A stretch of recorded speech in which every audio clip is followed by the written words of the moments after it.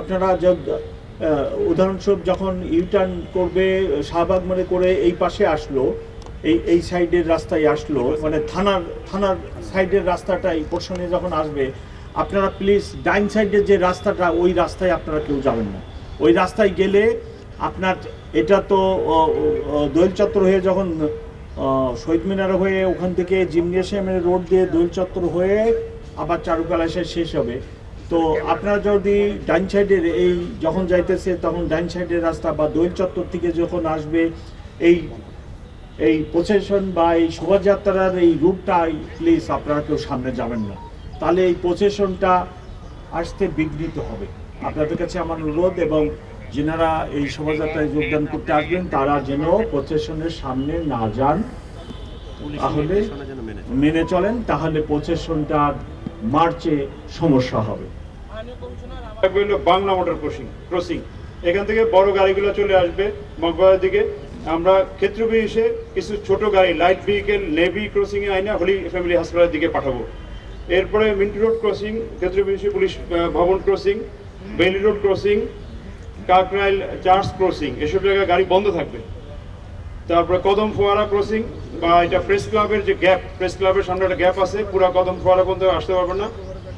এরপরে দোয়েল চত্বর ক্রসিং, হাইকোর্টের পূর্ব ও দক্ষিণ crossing, university Romana crossing, Dhaka বিশ্ববিদ্যালয় মেডিকেল সেন্টার, জগন্নাথ হল ক্রসিং, ভাস্কর্য বা রাজু ভাস্কর্য crossing, Nilkhet crossing, Katabon crossing, এইসব এলাকায় ব্যারিকেড দেওয়া থাকবে।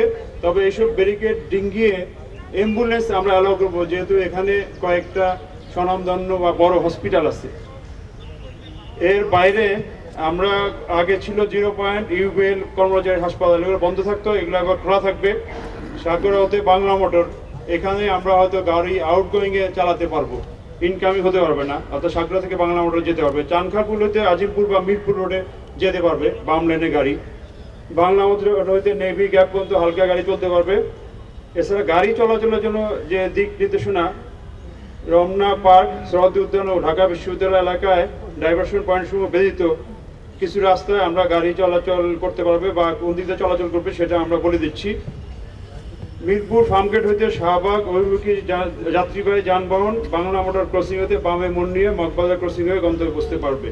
গোলাপশাহ মাজার ক্রসিং, হাইকোর্ট ক্রসিং হইতে শাহবাগ অভিমুখী যাত্রীবাহী যানবাহন কদম ফোয়ারা crossing, UBL crossing, nightingale crossing হয়ে যেতে পারবে।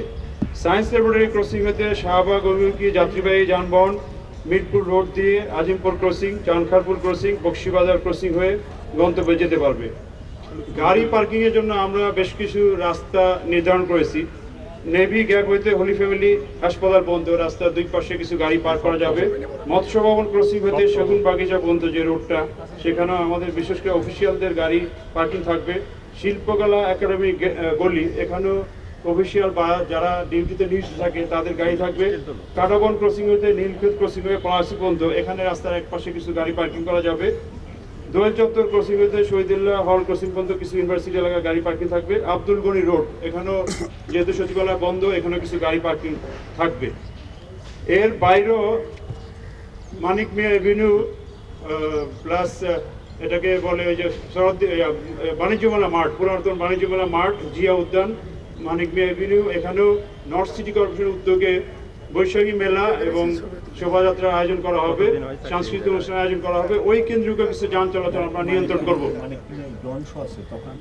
তাছাড়া মানিক মিয়া এভিনিউতে ড্রোন শো আছে, ওই ড্রোন শো কেন্দ্রীয় আমরা গাড়ি চলাচল নিয়ন্ত্রণ করব।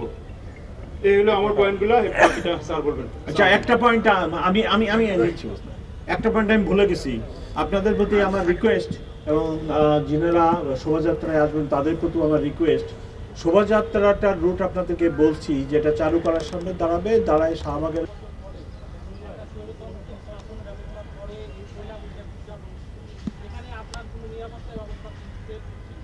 আর নিরাপত্তা ব্যবস্থা কোনো ঘাটতি নেই। আর আপনি যেটা বলতেছেন এটা তদন্তাধীন আছে, এটা বিষয়টা আমরা খতিয়ে দেখতেছি, এটা আমি আগেই বলছি, খতিয়ে দেখতেছি। তদন্তের সময় আমরা কথা বলতে চাই না, এইটা আমরা খতিয়ে দেখি, তারপরে এটা উদ্ঘাটিত হলে আপনাদেরকে আমরা জানাবো। নিরাপত্তা ব্যবস্থা যারা ছিলেন নিরাপত্তা ব্যবস্থার ফল হয়েছিল, সেখানে পুলিশ দেখা যায় না, ওটা আমরা পরে বলবো। আমরা ওটাও দেখতেছি যে আমাদের নিরাপত্তা ব্যবস্থা কোনো গলত আছে না, ওটা আমরা এটা বলবো, পরে বলবো। আমরা আগে কাজটা করে নিই, তারপরে বলবো। না, নিরাপত্তা ব্যবস্থায় কোনো পুলিশের বিরুদ্ধে মানে যারা দায়িত্বে ছিলেন তারা- পরে বলবো, আমরা তো এগুলা ইনভেস্টিগেশন সব দিক দিয়ে করতেছি। Thank you. ঝুঁকি নাই, আমরা তো ব্যাপক 17,000 অফিসার নিয়োগ করতেছি, সাথে র্যাব আছে, বাংলাদেশ আর্মি আছে, এটিইউ আছে, এবং অন্যান্য গোয়েন্দা সংস্থাও আমাদেরকে সাহায্য করতেছে। এখন পর্যন্ত কোথাও থেকে কোনো এরকম কোনো ঝুঁকির কথা আমাদেরকে জানানো হয় নাই। সো আমি তার ভিত্তিতে বলতে পারি যে এখন পর্যন্ত কোনো ঝুঁকি নেই। ইনশাল্লাহ আমরা এটা সঠিকভাবে নিরাপত্তা দিয়ে কাজটি ঢাকা বিশ্ববিদ্যালয়কে সাহায্য করব এবং ওনারা কাজটি সঠিকভাবে সম্পন্ন করতে। না, আমরা কোনো ওই কাজ করি না, আমরা এই ধরনের কাজ করতেছি না। আমরা কোনো নজির নাই আমরা কাউকে উঠায় নিয়ে আসি, অপহরণ করি, আটকায় রাখি। আমরা যেটা আইনি আছে, আমরা কাউকে আইন মোতাবেকই অ্যারেস্ট করতেছি এবং 24 ঘন্টার মধ্যেই তাদেরকে আমরা কোর্টে সোপর্দ করি। Thank you. সবাইকে অনেক ধন্যবাদ।